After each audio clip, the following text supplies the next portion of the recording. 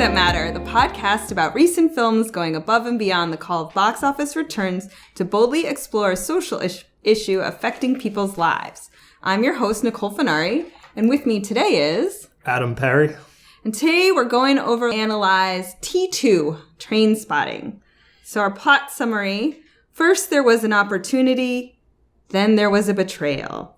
20 years have gone by. Much has changed, but just as much remains the same. Mark Renton returns to the only place he can ever call home. They are waiting for him. Spud, Sick Boy, and Begbie. So, Adam, what did you think of the movie? All right. This has been the sequel I've been waiting pretty much my entire life to see. I saw the first one in '99. Made a huge impression on me. One of my favorite films of all time. Holds up to multiple viewings. I loved the sequel. I thought that it did everything right. It was clearly made for people who loved the first movie, and it was different. It expanded the scope of the original movie to a degree I've never seen in a sequel. It was amazing to see 20 years pass and have all the same people back, and I was just tremendously satisfied with the movie. Wow, I couldn't disagree more. I was so bored.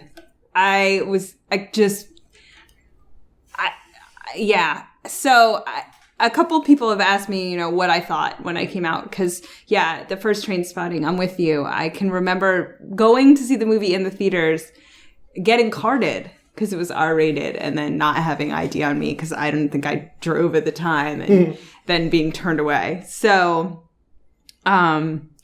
and I agree with you. It holds up to multiple viewings. And it's one of those movies, and they're rare, but they're out there, where they're just star makers. We just take a bunch of young, unknown people, and pretty much every single person in that movie goes on to have a decent career. So, I joke. I was like, the only Scottish person who's not in that movie that you've heard of is Gerard Butler. Yeah. It's got everybody else. But I just... Good, he sucks. Yeah. So I found the sequel, Trainspotting 2, beautiful, sad, and boring. Boring. They shouldn't have had the storyline with Begbie at all, in my opinion. That was the weakest part. I'll agree with you there. I didn't like that character. The character didn't have a very big part in the first movie because he's just a violent psychopath and that's all there is to him. And trying to give him a family redemption arc, I was like, I just don't care. Yeah, they definitely had him in the first movie for he was the non-heroine voice. I felt like in that, him and Tommy kind of filled that role in the first movie. But, in the second one, they don't even really have that as a storyline too much. The heroin use is virtually non-existent in this movie. So I don't know if he really needed to be in it. I guess he's the maddest that he got screwed over. But he's been in jail for 20 years. They were saying at the end of the first movie that's what he was looking at was 15 to 20 years, and him being violent probably ensured that he stayed there the whole time. Yeah. But to me, it's so he just adds nothing to the plot. There's the ridiculous plot hole that the police never seem to be looking for him. Yeah. And so scene was silly. you get the fact that it's not credible at all. And I'm sitting there why is this in this movie? This movie's long enough already. I just don't need to follow this character in any way, shape, or form. Totally uninterested in that. But man, I miss Danny Boyle. I didn't realize how much I miss Danny Boyle because I haven't seen his, almost any of his intervening films. I haven't seen a film of his in Slumdog Millionaire, and I'm he's so good. He is, and I think that's kind of all the people in it that have aged 20 years, you kind of miss that he's had a 20-year career since this movie. That was the original Trainspotting was his second movie, I think. Mm-hmm.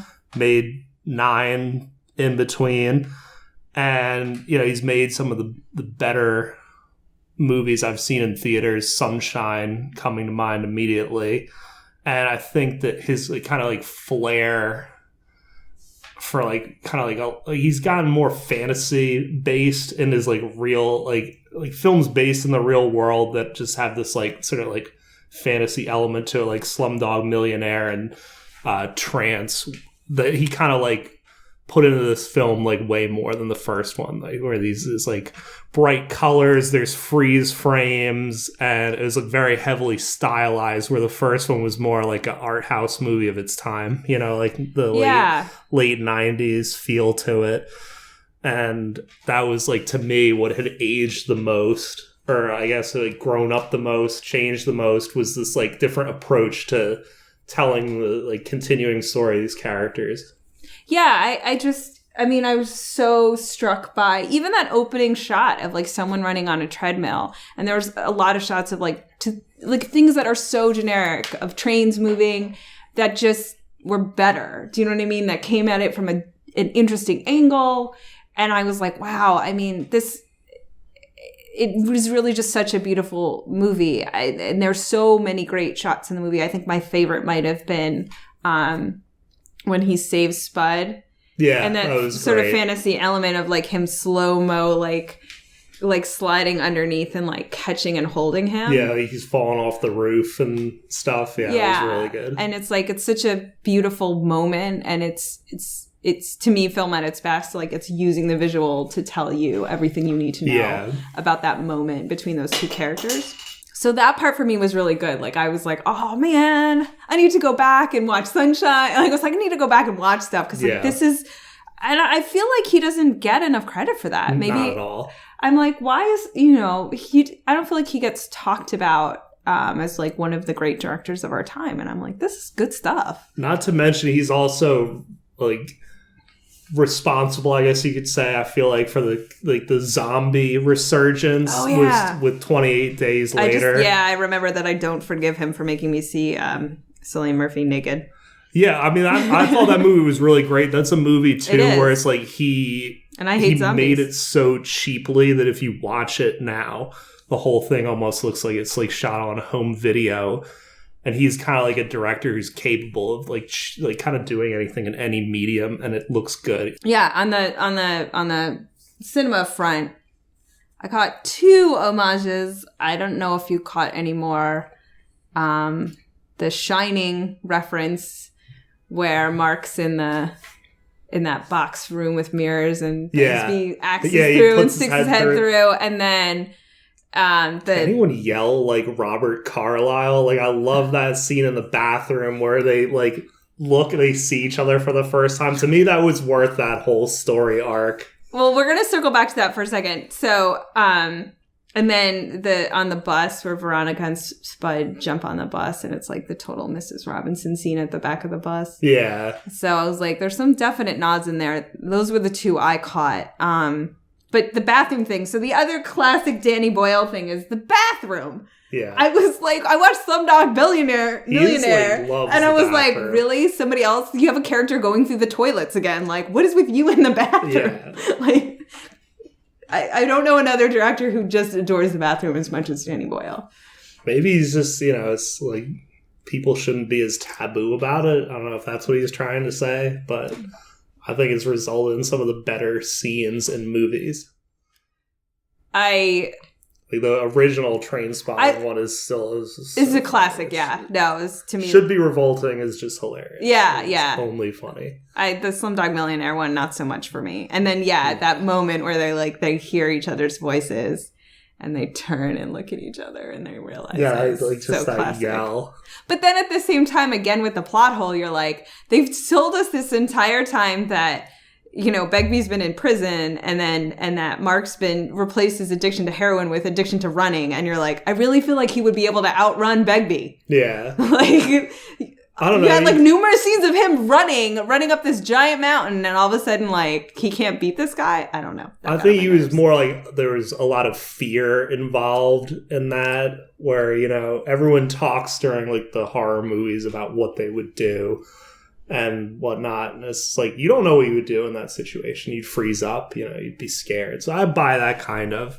I don't know. That bothered me. I did like that he was talking about, they don't really push the whole like he replaced his heroin addiction with exercising, and I thought was good that it was very subtle in the movie. They didn't really kind of like push any one like plot line too much. Like you kind of got like a whole lot. And you said you thought it was like long, and I agree. I definitely was like surprised that it had a running time like a half hour longer than the original movie. But for what they did, I feel like they didn't like get bogged down in one area too much. Like I feel like they kept it moving. At least I'm surprised you thought it was boring. They did, but then like I don't know. Did you like that scene in the like Loyalist bar? That yeah, we nearly got booted out of the theater for laughing so hard. That was so funny. I was like, we could have cut that. I didn't need that scene. I didn't like get that much out of it. Oh, so I'm a Protestant by birth, so that was funny. Well, sidebar. What I think is funny about that whole scene is that I am reminded every year on my birthday, which is July 12th, by my dear friend from Northern Ireland, that I am born on the worst day ever in Irish history. The day William of Orange paraded through the streets of Ireland celebrating the victory over the Catholics. So Paul, despite being from Northern Ireland, is Catholic. So then they were making a big thing about July 11th, and I was like, did they just do it the day before in Scotland? Like, yeah. I was like, this is the only, went? Yeah, I know, like, this is the only piece of history I know. Just like the bank codes were, I thought that was really Oh funny. yeah, I thought that was made me laugh. Yeah, I mean, I think, like, had I been more involved with the characters, them having shenanigans might have swept me along, but because I was, like, I mean, they just became these, like, sad, despicable people. Yeah, but, I mean, they were in the first movie, too, and I feel like... But it was forgivable because they were young? But does that was a major theme of the movie for me was change, and how... when time goes by, you don't necessarily know where you're going to end up. So it's like 20 years have gone by, and now you and I have just watched this new movie that we never would have known about, like, how it could have turned out when, we saw the first one. And so you just have this, like, kind of like, so, like, does anyone really change as, like, sort of, like, a subtext, I think, to everything that happens in the movie. Like, in the beginning when Spud goes to get heroin, he's like super old, and it's at the same place where they used to go in the first movie, and the four of them had the older junkie that they all really respected, and then like now 20 years later, like no one cares about Spud, like the old junkie. I just thought it was like one of the more telling moments in the movie where you just like times change. And that's like a theme in the first movie too, where it's like music's changing, drugs are changing, even men and women are changing. Yeah. Speaking of the music changing, I did appreciate how as the characters sort of slide back into their old ways with each other, I did think it was really cool how the score transitioned from, like modern music back to like the Clash and stuff, yeah. The stuff that was contemporary to their youth, as they get more and more back into their old ways. I think too that there's potential to kind of grind the like classic soundtrack from the first movie into the ground in this one. Teaser with it. And they did such a good job with the songs from the first movies and like bringing those back. Very subtly. Like one of my favorite scenes, he turns off the record. Yep. Right before he can't even stand to hear it. Yeah. To me, that was just such a great moment. Me too. And they kept teasing, I want to say, is it Blur? The Blur song? Yeah, and then they did Perfect Day too. Yeah. Those are, I think, the only 3 songs. It's funny to me too, because sure, Lust for Life, like, will be forever associated. But I didn't realize how much of those other songs, like, I immediately knew what scene they were from. Like, I haven't probably seen Trainspotting in 5 years or so, like maybe more. And I'm like, oh no, I know. Like, that movie is latched into my, that music is latched into my head with this movie. Like, I hadn't known that kind of about the movie, like how indelible that mark was until watching this one and having them tease the music and then never kind of fulfilling it for you, which was good. I agree with you. It was a great way to do it. I think the like jumping off point, or do you have any, I'm sorry, before I sort of gear us towards the big thematic overtones. Is there anything else you want to say about like the movie, the cinematic aspects of it? No, I think we touched on pretty much everything. Just that it was just so cool to see all those people 20 years later. It was like, I haven't seen Boyhood. I guess that's what that movie must be like, where it's like you just see time passing. Yeah. And it's like, wow. Yep. So I think to me the like jumping off point thematically and talking about this movie has to be the comparison of the two Choose Life speeches. You know, like what is the message of the first one? What is the message of the one in this movie? And like what are they trying to say? So were you one of those dudes who had like the Choose Life poster or like... See, to me, that was such a small part of that movie.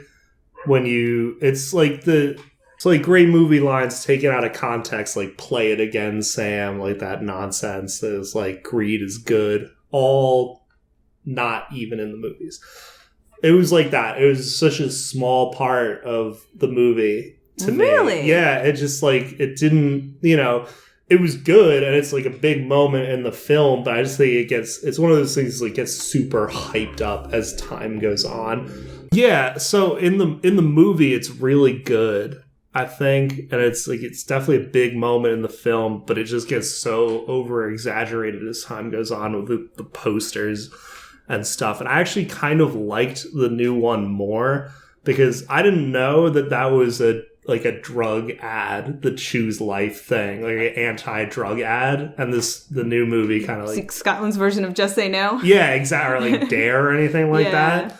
And just to the new speech, as Mark gives it, he gets more and more agitated and bothered by just like, I feel like it's like a 40-plus-year-old guy just kind of like getting it all out. And the best line of the movie actually I think is at the end of the speech where he's like takes a bunch of deep breaths and he just says, "It was just something that amused us at the time." I thought that was so good. But I feel like it's like young versus old is kind of the difference between the two.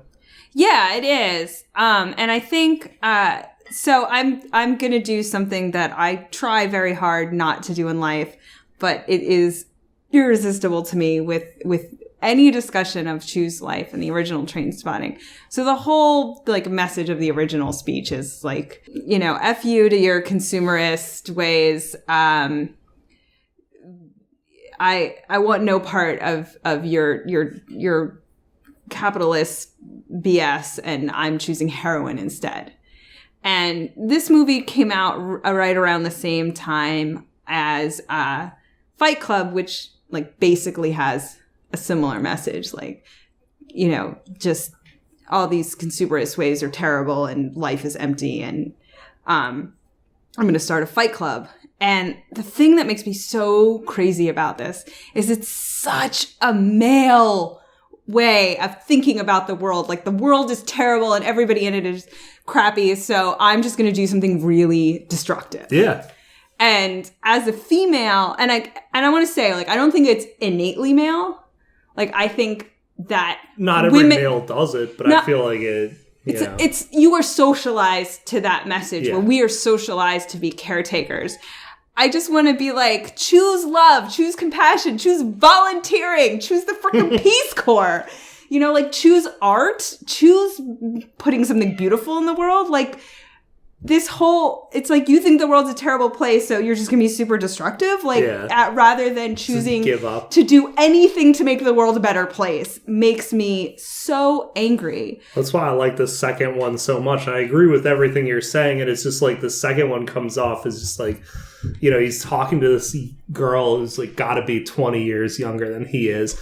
And he's just completely losing it. And it's like, this is like where that attitude gets you, is it gets you're in late middle age. Exactly. And you're just screaming at the wall. And that's just, to me, totally like, that is the reality to me. It's like, you're right. It's not every male has that point of view, but these stereotypes exist for a reason. It's like, women aren't allowed to have that point of view. Yeah, is my point. Yeah. It's like, we're not trained to even think that way. But I think you raised a really good point.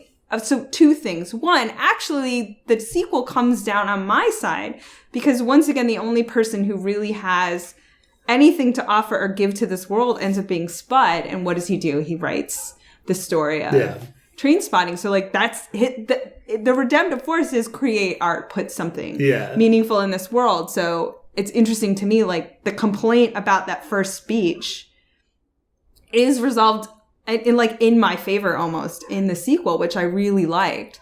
But secondly, I think you raised a really good point, which is the taking it out of context, the greed is good.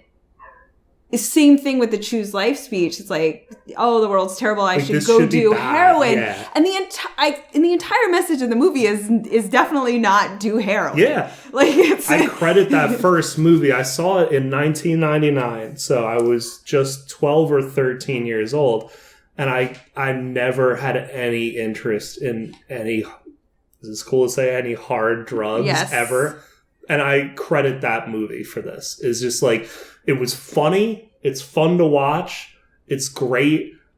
But I just like had no interest in the lifestyle of the characters. It just totally repulsed me. And I just like just seeing what they looked like, even what like, and they talk about how great it is. You know, people think this movie like promotes heroin. To me, it was the complete opposite. I just had no interest in it. And I'm glad, like, about that.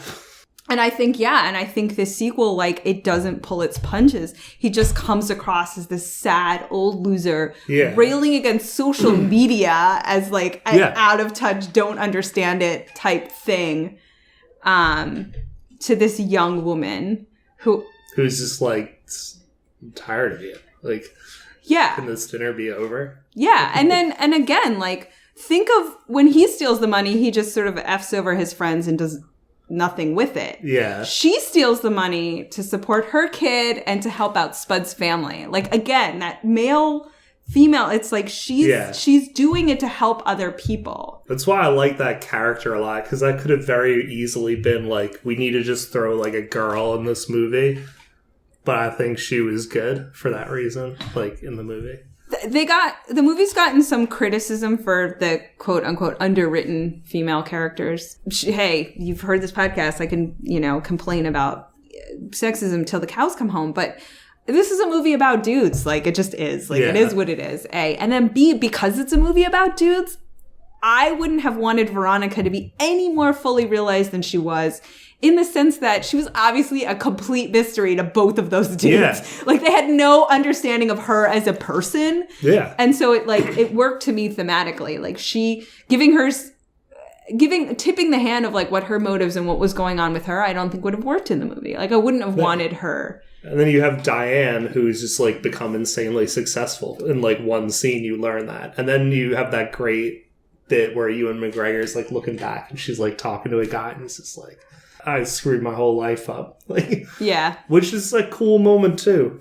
Yeah. I like that. Yeah. So I like that she was in the movie. Yeah, that's gotten some complaints, but whatever. I'm like, nah, she had to make a cameo, and we're all just like, fans want it, let it go. Here's another thing I really liked about this sequel is so many, like every sequel that comes out now, you can tell has the studio thinks we need to make it so that someone who hasn't seen the first one will immediately be able to like, we'll spend money to see this, not having watched any of the other ones, and we'll be able to just get right into the story. This is just like, was flies in the face of that, where it's just like clearly only for people who are fans of Trainspotting, like, or maybe like a fringe Danny Boyle, Ewan McGregor fan base. But it is very much for people who want to see these people later in life. Yeah, I mean, and it turns out I didn't want to see them later in life because they're all terrible people. But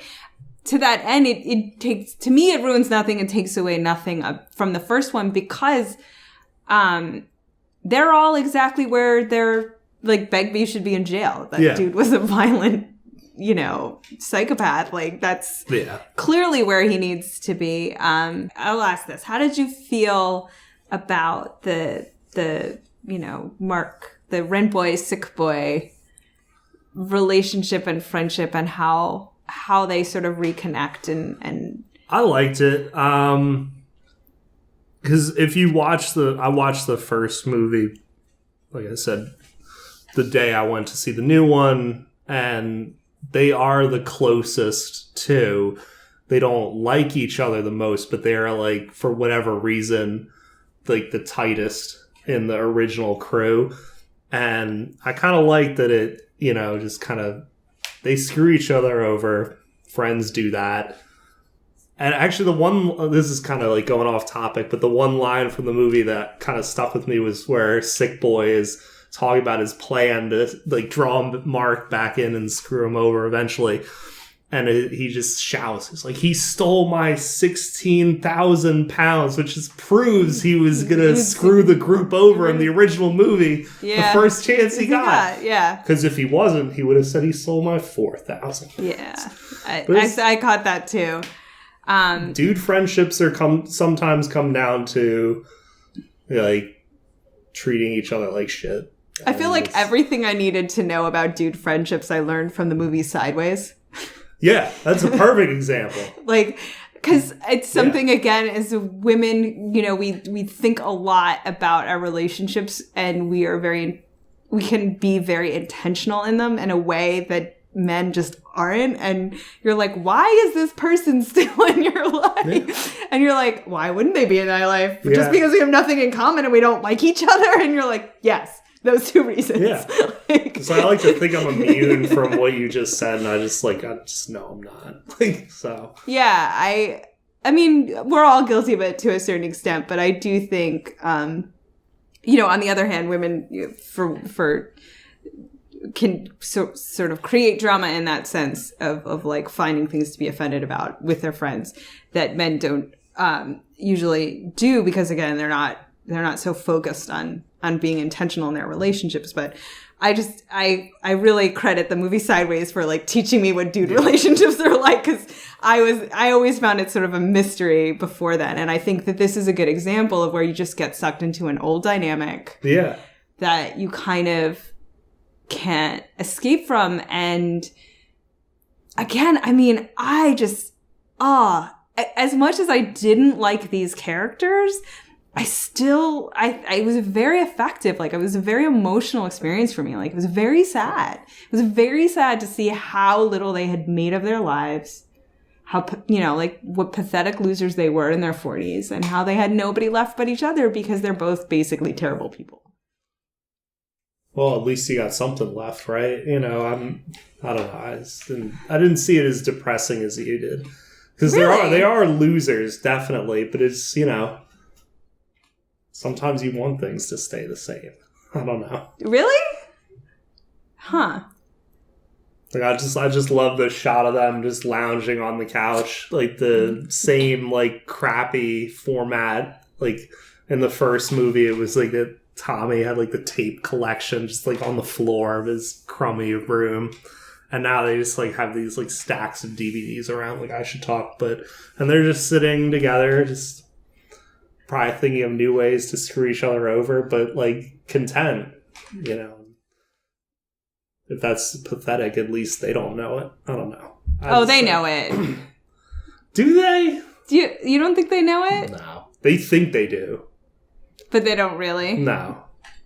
Yeah, I think they're enablers of themselves. Like, definitely. Like, even, like, the lone heroine scene, they were just, like, about to come to blows, and that's how they solve the problem. That's why I love that so much. How that's, like, the only scene in the movie of drug use, really.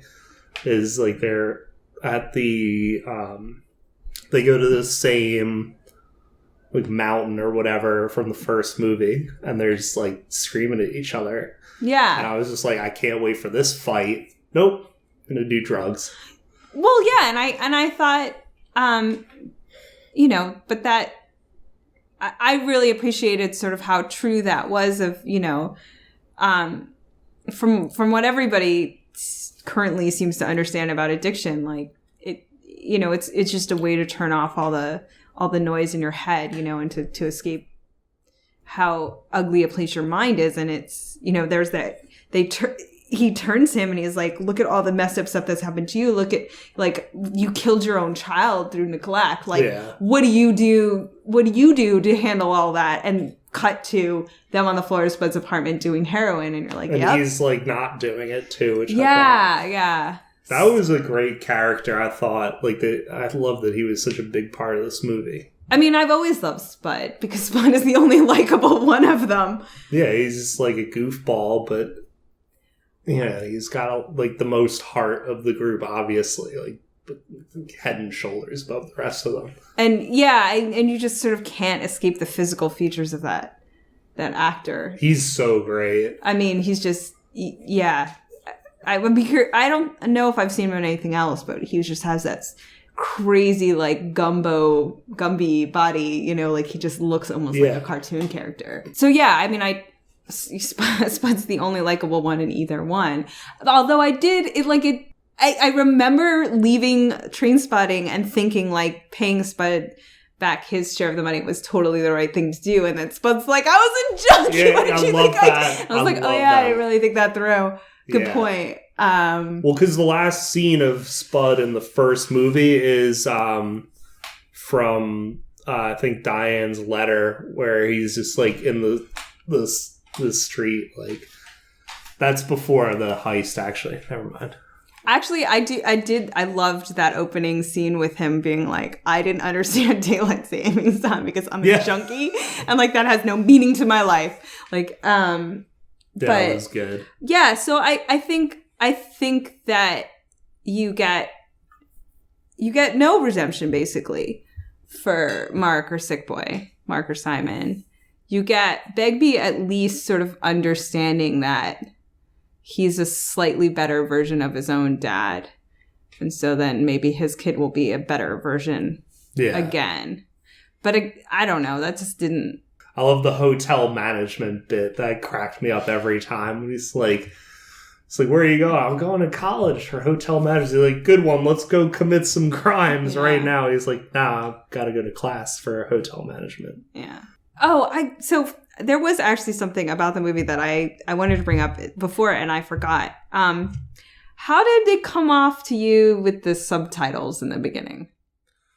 Oh, I'm a sucker for stylized subtitles. It's like, it's a dumb thing that I like. I'm not going to try and defend it, but it was cool. It was a little like in the first movie when they did it. It was did they do it in the first movie? It was but it was more because they're at a club and it was super loud. It was when Tommy and Spud are talking. Okay. And you, not only do they have, like, the thick accents, but you also, like, literally can't really hear. Okay. So for real, I never understood Robert Carlyle in the first movie at all. He's... I mean, like, as an untrained American ear, I remember being like, you don't really need to know what he's saying, though. It doesn't matter. But I remember thinking, like, I'm okay on the rest of these people, but this dude is unintelligible. He was great in that. But yeah, in the new one, I mean... It was kind of corny, but I liked it. Once I realized they weren't going to do it for the whole movie, I was like, I relaxed a little.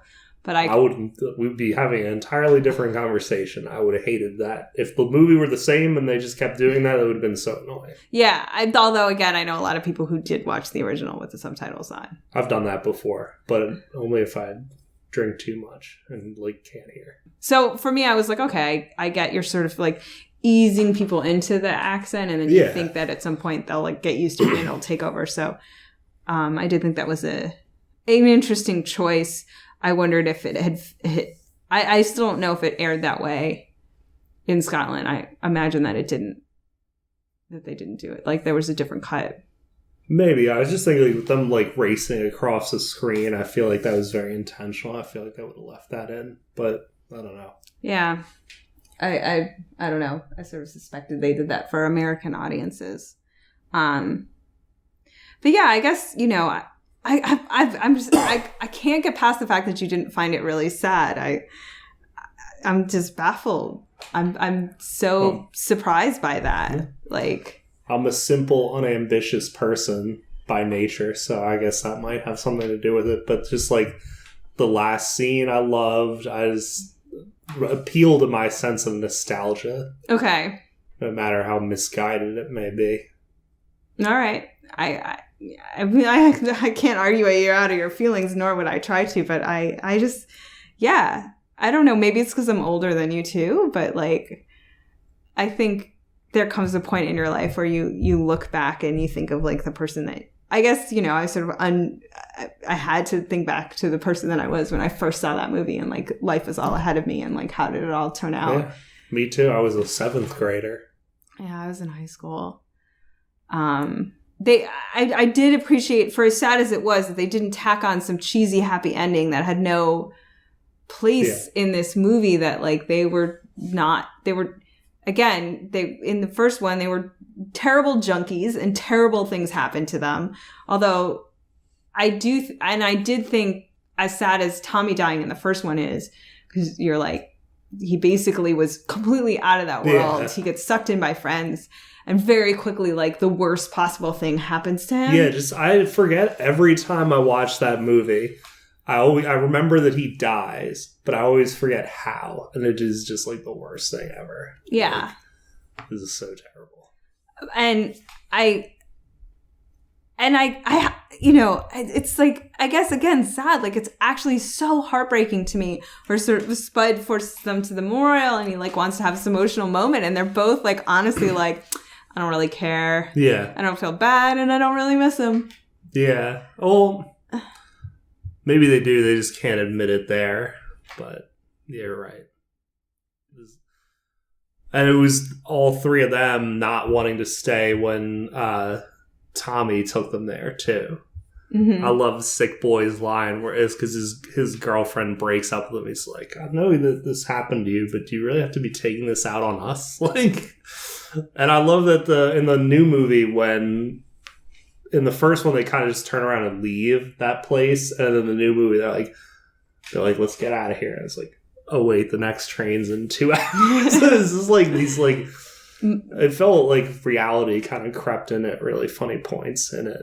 Yeah, it was like no, one of those moments. I agree. Yeah, like the daylight savings time. It's like, oh, we actually have to function in this world, and we're not actually equipped to do it.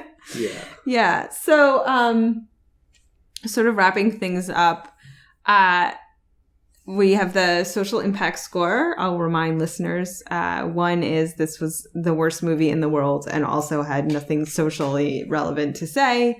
10 is, you know, this movie changed cinema and, you know, our lives as we know it forever. I want to do, I mean, I would say Trainspotting, the original one, is, to me, if I'm ever going to give out a 10 to 10.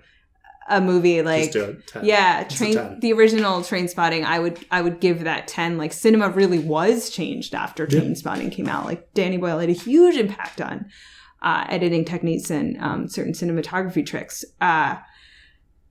But I'm so happy you said that thing about greed is good. Like, I think, and to a certain extent, like, you've nailed it completely. Like, Gordon, you know, who's the director? Oliver Stone. Yeah, Oliver Stone was saying, like, he's like, no, Gordon Gekko was like the villain of the piece. Like, he's the bad guy. Like, you guys missed the whole point of this movie. That happens time and time again. And then, you know, sort of makes the sequel, which I didn't see. It's bad. To sort of clear that up. I don't know how much that happened, but he gets a pass. Spoiler alert. Gordon Gekko becomes the good guy. Okay. By Oliver Stone's own hand. Okay. Well, in this, it's like, it to me was a great sequel in the sense of it took exactly the trajectory that those characters were already on. Yeah. There were, you know, no surprises, which there shouldn't have been. Like, those characters were fully drawn and they stayed in their arc the way that you would have thought it. Having said that, I don't think anybody is going to see this movie, so I'm going to have to give it like a 2. A 2? Maybe a 3 because it was a pretty good movie, but it was still more of the same Danny Boyle, so it's not going to change things. What would you give it? I've only just seen it, so we'll see how the second viewing holds up. But I'm going to go more like 7 to 8. Whoa! Only because I liked looking.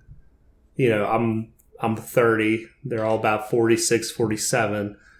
And I just love that it kept that perspective the whole time. It never felt like it, because 20 years literally did go by as well. And I've never seen anything like that, where you get this glimpse into the future.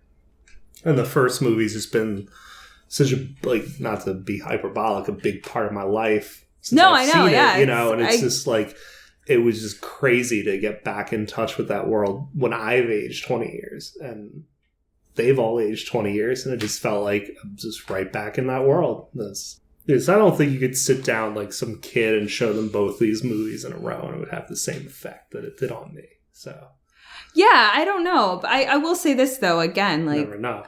This whole choose life thing, like, oftentimes people just took the wrong message away from the movie. Like, this is bad what they're doing. Yeah, this is bad. Don't do drugs, people.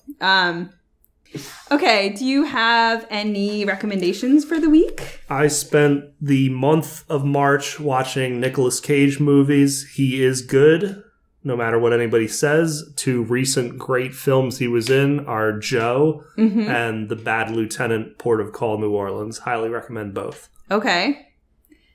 I have fallen down the podcast hole. I took the tripod campaign for March seriously. I've really been enjoying Dear Sugar, the podcast from the original Dear Sugars from, I believe it's the Rumpus online magazine, Steve Allman and Shaul Strayed of Wild fame, doling out advice on interesting issues with interesting guest hosts. So that's my recommendation. We have some exciting news, which Stacey will explain more at the break, at the end of the episode. But we're all gonna have a happy hour. Everybody associated with Movies That Matter. And if you're local to DC, we hope to see your smiling faces and come and ask us and tell us all the things we got wrong and missed, and tell us how much you love the podcast or whatever you want to chat with us about. So details to follow. So the only thing left to say is that, remember, movies matter. And so do you. We'll see you next time. Hey y'all, Stacey here. Nicole and I and a bunch of special co-hosts you may recall from previous episodes would like to have a drink with you to celebrate reaching 4,000 subscribers. We're so pleased that you enjoy the podcast and want to meet you for happy hour on Thursday, April 27th at Penn Social in DC.